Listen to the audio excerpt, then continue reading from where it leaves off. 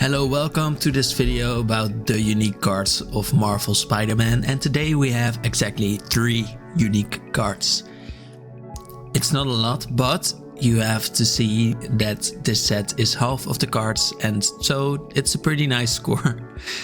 Also, we will be looking at 6 other cards, which might not be unique, but will be adding something to a type of deck. But we're starting with the interesting ones, and I always start with the most interesting one. Starting with the Green Goblin or Norman Osborn, where Norman isn't really that unique. Norman Osborn is just a 1/1 that can't be blocked and will connive whenever he deals combat damage to a player. But you can transform him into the Green Goblin to get a new mechanic, which is Mayhem. And so if you transform the Green Goblin, you get a 3/3 with Flying and Menace, which is not unique yet. But spells you cast from your graveyard will cost 2 lands to cast, so that is strong with the last ability. Each non-land in your graveyard has Mayhem. And the Mayhem cost is equal to its mana cost, meaning you can play them as long as you have discarded a card this turn. If you discarded the card this turn, sorry. If you discarded it this turn.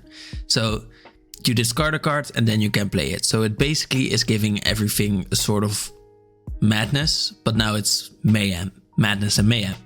So yeah, I hope your coffee is warm because we have 2 more really unique cards. I mean, this changes it a little bit. Next up is Peter Parker and the Amazing Spider-Man. Well, what we have here is another new mechanic, which is web slinging. So when you transform Peter Parker into Amazing Spider-Man, you get the ability to play any legendary spell that is 1 or more colors by just paying 3 mana for it, as long as you are returning another creature that was tapped. So it is a little bit difficult because you will need another creature that you can tap. Amazing Spider-Man has Vigilance, making it harder to tap it. But then you can, for really cheap, play something else. So that is cool. And also was it. And last and least out of these 3 is Cosmic Spider-Man, which is a 5 mana spider commander that gives all of them flying, first strike, trample, lifelink, and haste, really enabling the mechanic or the type of deck where you are playing just the spider heroes in all 5 colors, or you could play Cosmic Spider-Man and just a Golgari hull of a deck, but that's 3 extra mana for your commander, so I wouldn't do that. But I think it's funny that you can play an actual Spider-Man multiverse deck. The only thing I could find that is a little bit like this is the Eater of Virtue, but then for that artifact equipment, you would have to exile enough creatures with it to give another creature something, and just playing Spider-Man for 5 mana is a bit easier than that, I would say. Now, let's look at some cards that are adding something to the format or a deck, but aren't really unique. So we have Gwenom Remorseless, who is not unique at all. It is just Bolas Citadel on a stick. But that does change it a bit. I mean, it's 1 mana cheaper for 1. But it can be your commander, so you always have the Bolas the Citadel, which can be a game finisher in many decks.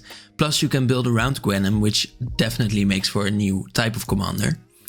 We have Imposter Syndrome, which is much like many other cards that add token copies of another creature. But in this case, you can play the enchantment, attack with it with all of your creatures immediately. And it says whenever a non-token creature you control deals combat damage to a player, you create a token that's a copy of it. So that also means that you can have multiple types of creatures attacking, and making copies of them can be very strong in that sense. Of course, we have seen Miriam, which is already 6 mana for a Dragon Doubler at Helm of the Host, but it is 9 mana in total, so it's also a bit cheaper to play Imposter Syndrome than it. Then the Soul Stone, which is just adding a bunch of power to a mana rock, and mana rocks for 2 mana to add a colored mana are really strong already. Of course, here you can only add the black mana, but it is also indestructible. An indestructible artifact can also be strong in some decks. but it has another effect on top of it for some reason. Well, I know which reason, because they need this to be popular. Which is 7 mana to tap it, and then you get an ability on top of the ones that you already had. And this ability is to return a creature card from the graveyard to the battlefield at the beginning of your upkeep. So Opika decks rejoice. But also this is strong in any black deck, so yeah, why wouldn't you? Electro, well, this isn't really new, but if enough of these cards exist, something new will happen.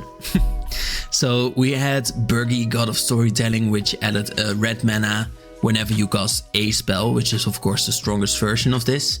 We had the Runaway Steamkin, which says whenever you cast a red spell, you get a +1 counter on it, and you may remove 3 +1 counters from it to add 3 red mana. So also 1 red mana for every red spell you cast. And now we have Electro, which adds a red mana whenever you cast an instant or sorcery spell. So now if you play an instant or sorcery spell that is red, you will get 3 mana in total if you have these 3 creatures. So adding them on top of each other can be very strong because, well, with just Burgi alone, you could also already start comboing off many times. So with this, well, we just add something to the sort of weird archetype. And then Sandman, which is definitely not unique, it's just a big creature, but the way it is played might be pretty unique. So Sandman is a 3 mana creature that becomes as strong as the amount of lands you control. Means it can easily be a 5/5 or something for 3 mana, but you will need the lands.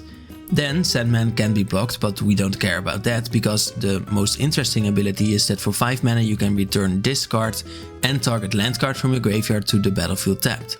So it can return along with the land you had in your graveyard, which is very strong. So if you have reliable ways of getting Sandman and the lands into your graveyard, this can add a bunch of value.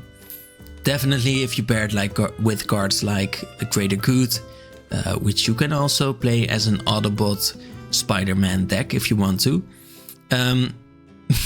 But then you can sacrifice Sandman and draw cards equal to its power, which can be pretty large.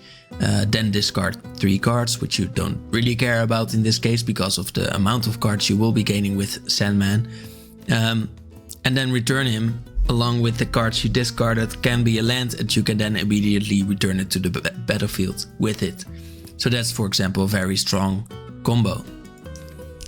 And last and least is with Great Power, which is an enchantment that gives +2/+2 for each aura and equipment attached to the creature. And all damage that would be dealt to you is dealt to the enchanted creature instead.